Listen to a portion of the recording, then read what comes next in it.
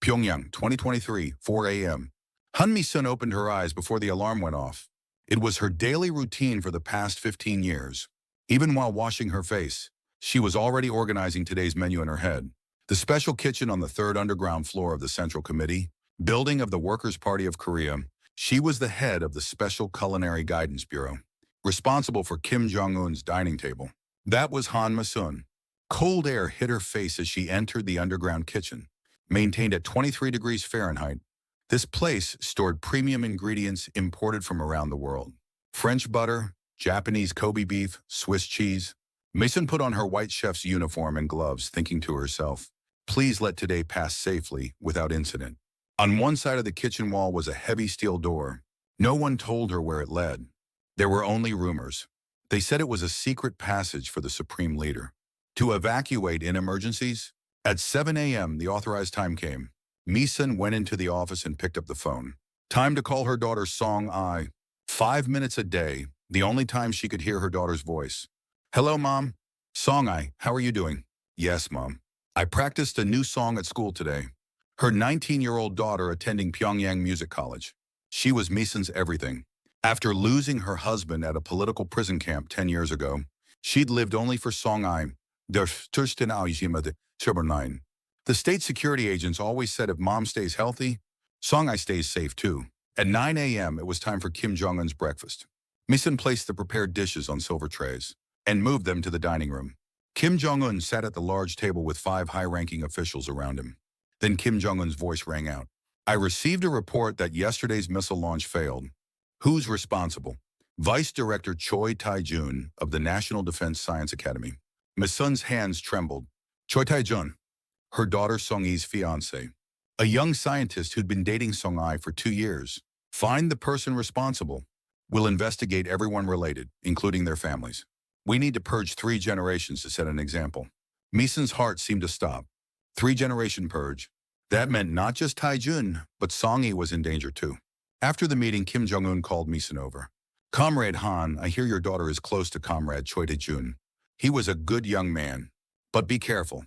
It was a warning. Mi-sun returned to the kitchen, her hands shaking so badly she could barely hold a knife. 15 years of built-up trust, her position responsible for the absolute leader's table. She realized it could all crumble in an instant. That evening, a state security agent came to the kitchen. Comrade Han, your daughter has been put on the investigation list. She'll be summoned tomorrow morning. After the agent left, Mi-sun collapsed. She thought of the day her husband was taken away 10 years ago. But this time had to be different. She had to protect Song-ai. Early the next morning, Mi-sun got permission to go to Pyongyang Music College. She had to see her daughter. Song-ai came out from the dormitory. Her daughter's face was pale, her eyes red and swollen. Mom. Song-ai fell into Mi-sun's arms. Mi-sun held her daughter tight. Song-ai, it's okay. Mom's here. Mom. They took Tae-jun Appa away. State security people came last night and took him. They walked to the small garden behind the dormitory. Cold November wind blew. State security is coming for me too. I have to report tomorrow morning. Mom, what do I do? Mi-sun held her daughter's hand. It was cold and trembling. Song-ai, listen carefully to Mom. When they question you, answer honestly. It's true you were close to Tae-jun, so don't hide it. But say you never heard any political talk. Got it? Song-ai nodded, then suddenly said something as if remembering. Mom, Tae-jun Appa said something strange a few days ago. He said there's a bank account in Dandong, China under my name. Mi-sun's heart sank. Dandong? The border city between North Korea and China, where defectors cross over. Tae-jun had prepared this in advance. Don't tell anyone about that. Understand? Back at the headquarters, someone entered the kitchen. It was Colonel Rai from the Guard Command, a middle-aged military man who looked about 45. Comrade Han, let's talk for a moment. Colonel Ri took Mi-sun to a small storage room behind the building. No one was there. Comrade Han, I'm also looking for a way out. Mi-sun's breath caught. What do you mean? You know your daughter's in danger. So am I. Colonel Ri continued. My son crossed into China 3 years ago. He's helping defectors in Dandong now. I sent my wife 2 years ago. Why are you telling me this? It's impossible alone? But together with you, it might be possible. Colonel Ri pointed toward the kitchen. You've heard the rumor about a secret passage under your kitchen. Isn't that just a rumor? No, it really exists. An evacuation tunnel built in the 1990s. It connects to the outskirts of Pyongyang. Meeson's mouth went dry. But the entrance is locked with biometric authentication. Your fingerprints and iris. Chills ran down Meeson's spine. A device created so the supreme leader could evacuate. If the chef attempted poisoning, she was just a tool. You have to choose too. Stay here and die with your daughter, or risk everything and leave. Meeson bit her lip. There was no choice. What do I need to do? We need to prepare first. Let's meet again in a week. A week passed. Song-ai was questioned by state security, but fortunately there were no major issues. But Meeson knew this was just buying time. On the promised day, Colonel Ri called Meeson to the storage room again. This time he had a stack of documents, forged IDs. For you, your daughter, and me. Meeson opened the documents. Expertly made travel permits.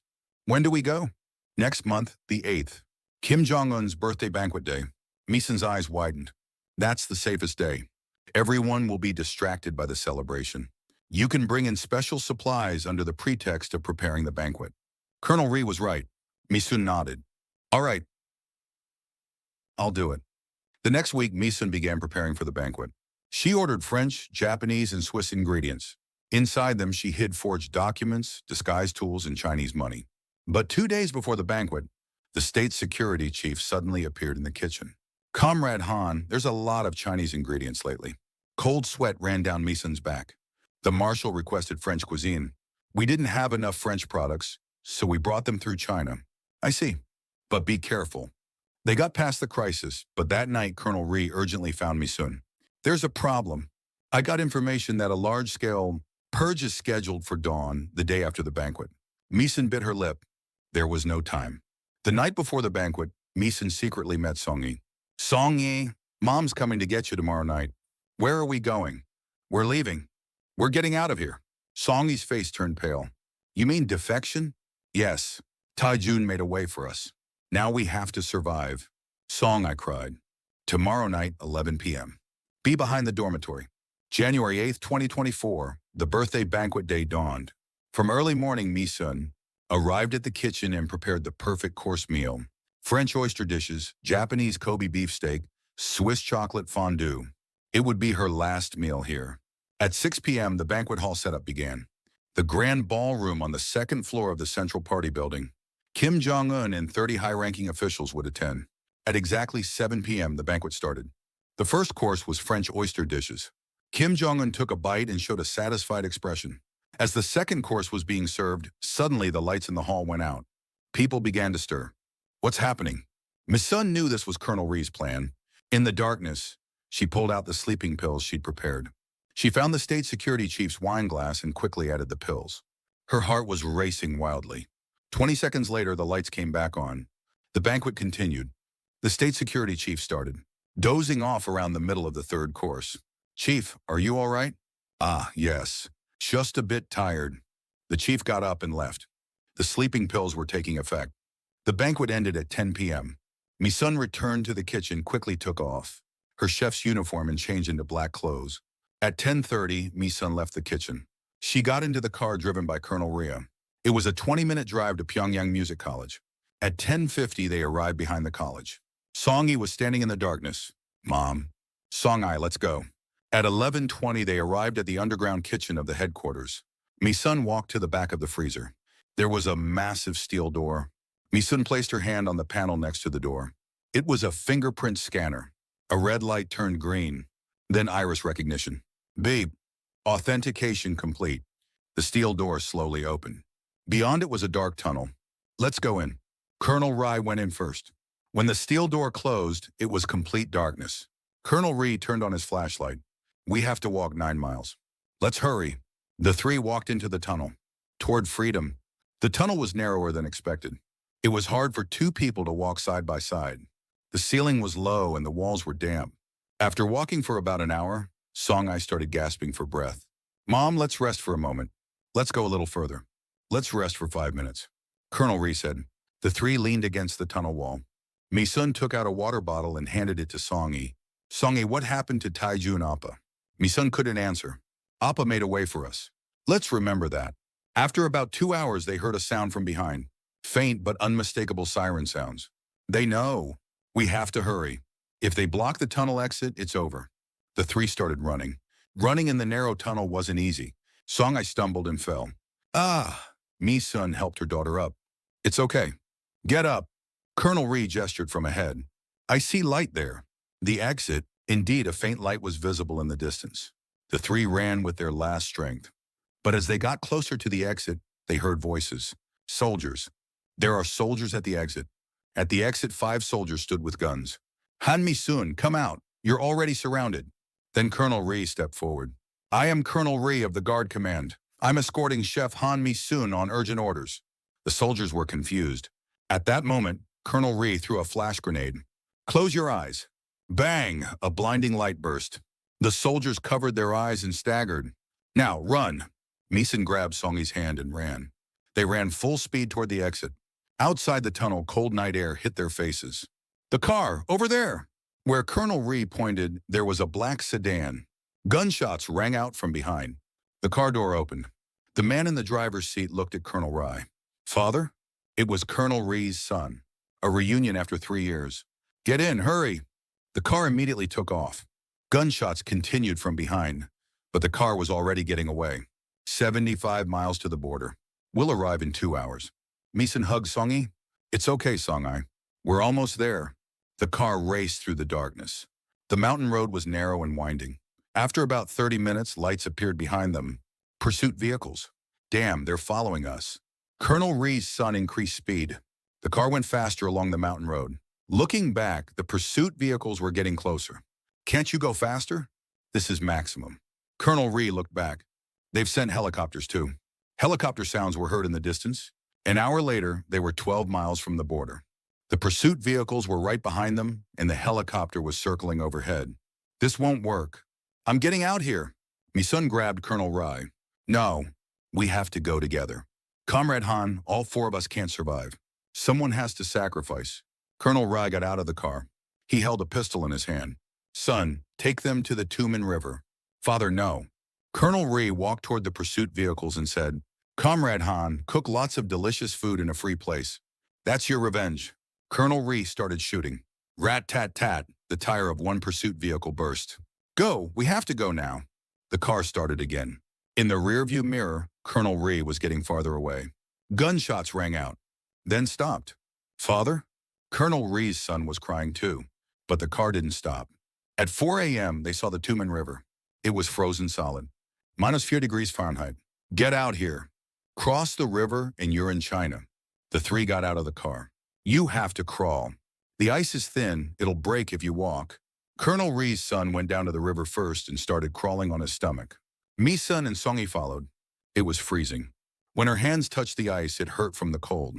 Mom, my hands hurt so much. Just hold on a little longer. We're almost there. When they were about halfway across, they heard the ice cracking. Don't move. Slowly, very slowly.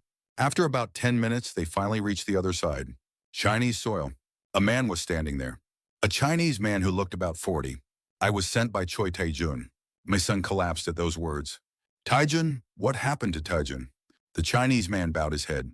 Mr. Choi passed away in the camp, but he left a final message. Take care of Song-yi and thank her mother. Song-yi broke down. She sat down in the snow and started crying. My son held her daughter. Tae-jun, Colonel Ri, this path opened through their sacrifice. Now they had to live. Let's go. A car is waiting. 6 months passed. A small alley in Mapo District, Seoul. Mi-sun stood in front of the restaurant looking up at the sign. Song-yi's kimchi stew, a sign made with her own handwriting. Mom, it's pretty, right? Song-yi said with a smile beside her. Her daughter's face had laughter back on it. Through China, Thailand, and then Korea. It was a long journey. They were questioned by the National Intelligence Service and received adaptation training at Hanawan. With the money Tae-jun had hidden in Dandong, they opened this small restaurant. A space about 650 square feet, 8 tables. But to Mi-sun, it was the most precious place in the world. Mom, our first customer. The door opened and a middle-aged man entered.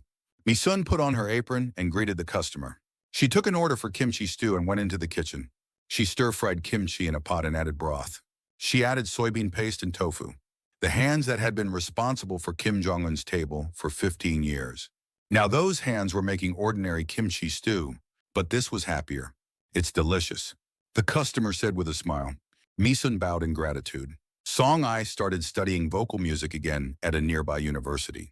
Continuing what she'd learned at Pyongyang Music College, every evening she helped at the restaurant and went to school. Mom, the professor praised me today. Well done. One afternoon, the restaurant door opened. A man who looked about 60.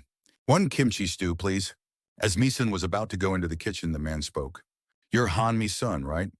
I work for a North Korean defector rescue organization. Can we talk? Misun signaled to Song-yi and sat down in front of the man. The man pulled out a photograph. Misun stopped breathing when she saw it. It was Colonel Rai. A photo taken inside a Chinese prison. Colonel Ri is alive. Really? Yes. After being captured by North Korean forces, he was handed over to China. He's currently imprisoned in Dandong. Tears flowed from Misun's eyes. He was alive. We're looking for ways to rescue Colonel Rai. Will you help us? Misun looked at the photo. Colonel Ri's face. The man who stayed alone in those mountains. What do I need to do? We need your testimony. What Colonel Ri did in North Korea, why he decided to defect. And we need financial support too. I'll help. I'll do whatever it takes. After the man left, Misun went into the kitchen. Song-ae was making kimchi stew. Mom, are you okay? Yes, I'm okay. Misun stood next to her daughter. They cooked kimchi stew together. An ordinary daily life. But Misun knew how precious this ordinariness was. How valuable this freedom was. Song-ae, we were lucky. We made it here. Yes, Mom. In the evening, customers started coming in one by one. Misun served them kimchi stew with a smile. A woman who escaped from the table of power to set a table of freedom. Her real cooking was just beginning now. Without fear, with the people she loved. Through the window, Seoul's evening sunset was visible. A red and beautiful sky. Misun looked at that sky and wondered, is Colonel Ri looking at this sky too? Can we meet again someday? Mom, we have a lot of customers. I know. It's going to get busy. They went into the kitchen with smiles. A small restaurant filled with the smell of kimchi stew. A new life was beginning there.